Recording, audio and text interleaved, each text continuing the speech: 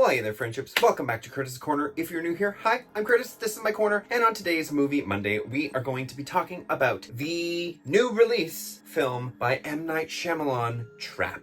This film stars Josh Hartnett. He plays a serial killer. That's not a spoiler because they literally show that in the trailer. And with M. Night, always does a type of twist. So we'll talk about the twist without spoiling it. I promise there will be no spoilers at all in this review. So if you are looking forward to hearing my thoughts, my opinions on this film, keep on watching.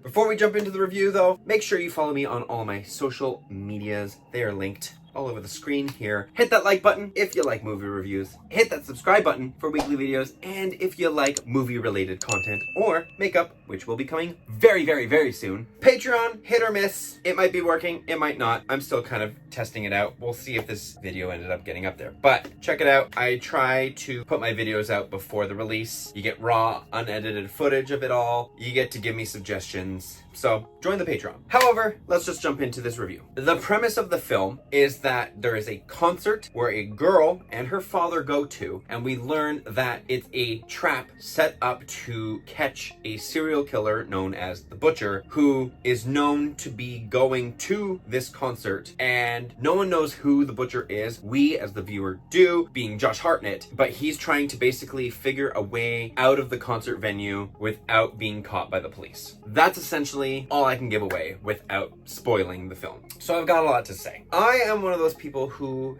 does have a bit of a soft spot for M. Night. He has many original films. Some films he does take inspiration from other things and puts it into his own work or like an adaptation, such as The Last Airbender, which I personally kind of enjoyed. I definitely see its flaws. Don't worry, I do. But I do kind of enjoy it just because that was the first thing I saw without ever seeing the anime at all. And I know a lot of his films are very hit or miss. There are a lot of his films that I do enjoy, that I have seen, and even in those films that I do enjoy, the twist that happens can also be hit or miss. You can have a fantastic film with a very crappy twist, or a terrible film with a great twist, which makes the film better in a way. This film, however, didn't really have a whole lot of either going for it. Josh Hartnett himself, fantastic in the role. Love Josh Hartnett. I think everything that he has personally been in is great. He's a great actor. I've enjoyed him since The Faculty. I've enjoyed him in Halloween H2O. I enjoy him in this film. I enjoy the soundtrack that is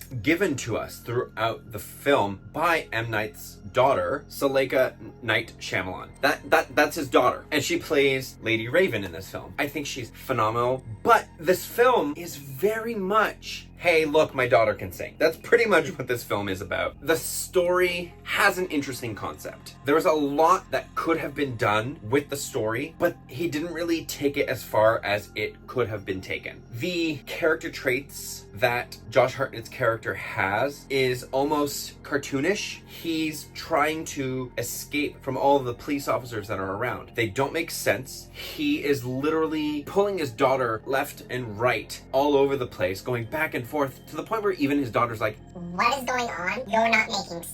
So when you have a character in your own film calling out another character for not making sense, that's kind of bad. And as a serial killer, you would think you would be making a bit more strategic decisions, but he's just not. He's going all over, questioning everything, making really ridiculous decisions, and somehow no one sees him doing the things that he's doing. Like, there's cameras and people everywhere. How are you unable to be caught by something, anything? Because they make a point to show you how many people are around him. They make a point to show you how many cameras, even extra cameras, being set up by police officers that they show you within the first 10 minutes of the film. It gets completely ignored because of the absolute insanity of the choices being made in the film. And as a film, there's things that he does that a normal person wouldn't do. There are things that he says that a normal person wouldn't say. It's just, there's a whole lot that doesn't make sense, even given the context of what this film is trying to follow. It places up so many different rules that it just completely ignores and breaks them and goes against them the entire runtime of the film. There's moments where it seems like he's going to get caught, only for everything to just switch in his favor, which, okay, fine. I can subvert some belief around that. But the decisions of the other people around him, no one in the real world would do what they did in this film if presented with these choices. Like, without spoiling anything, he literally asks someone to go somewhere with them, and they're like, yeah, okay, come with me. No. That would never happen. There's another time where he's constantly changing his outfit. One, you have one face. Your face doesn't change. And if there's that many cameras around, either you're getting caught stealing people's clothes, or you're getting caught with your face wearing constantly different outfits and things and going into different areas you're not supposed to be in. None of it adds up together to make this cohesive thing. And it's just, you feel some tension in the concert venue, but as soon as he's almost when he's trying to make his escape and all of that, that's when the film really starts to go downhill. That's when a lot of the crazy things happen. There's moments where you think it's okay, yep, we're gonna get him. All of a sudden, no, you didn't. And it just kind of repeats this 2, 3, 4 different times. And when they finally get up to the twist of the film, it's not even really a twist at all. You can maybe see it coming if you're really paying attention, but the twist was just...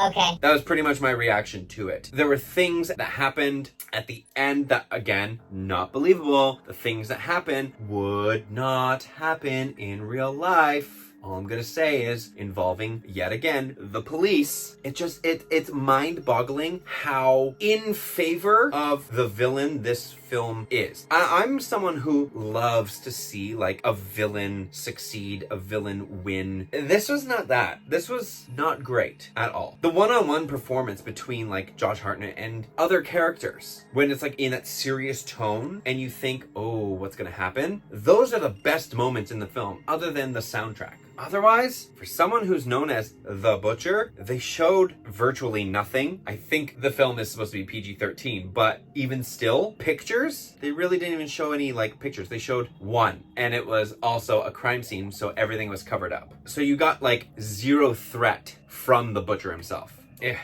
Messy. With all of that being said, I'm going to give Trap a D+. I think this might be one of my lowest that's on here. I don't usually rate things this low. It's rare. Most of my lowest are in the C's, but this is D+.